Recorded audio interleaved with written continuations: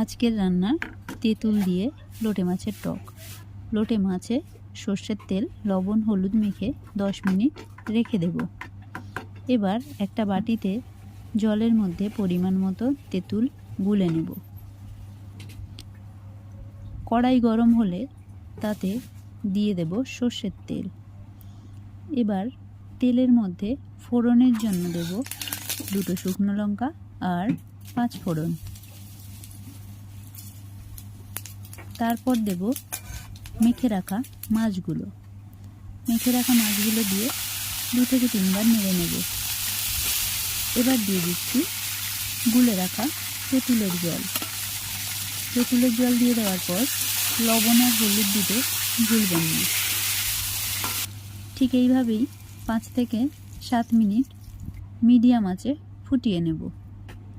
তারপর স্বাদ মতো চিনি দেব। আবারও 7 মিনিট লো ফ্লেমে ফুটিয়ে নেব। টক যত লো ফ্লেমে ফুটবে ততই ভালো হবে।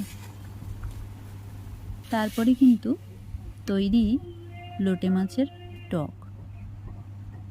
তো সবার কেমন লাগলো রেসিপিটি অবশ্যই জানাবেন। আজকের জন্য এইটুকুই। সবাই ভালো থাকুন, সুস্থ থাকুন।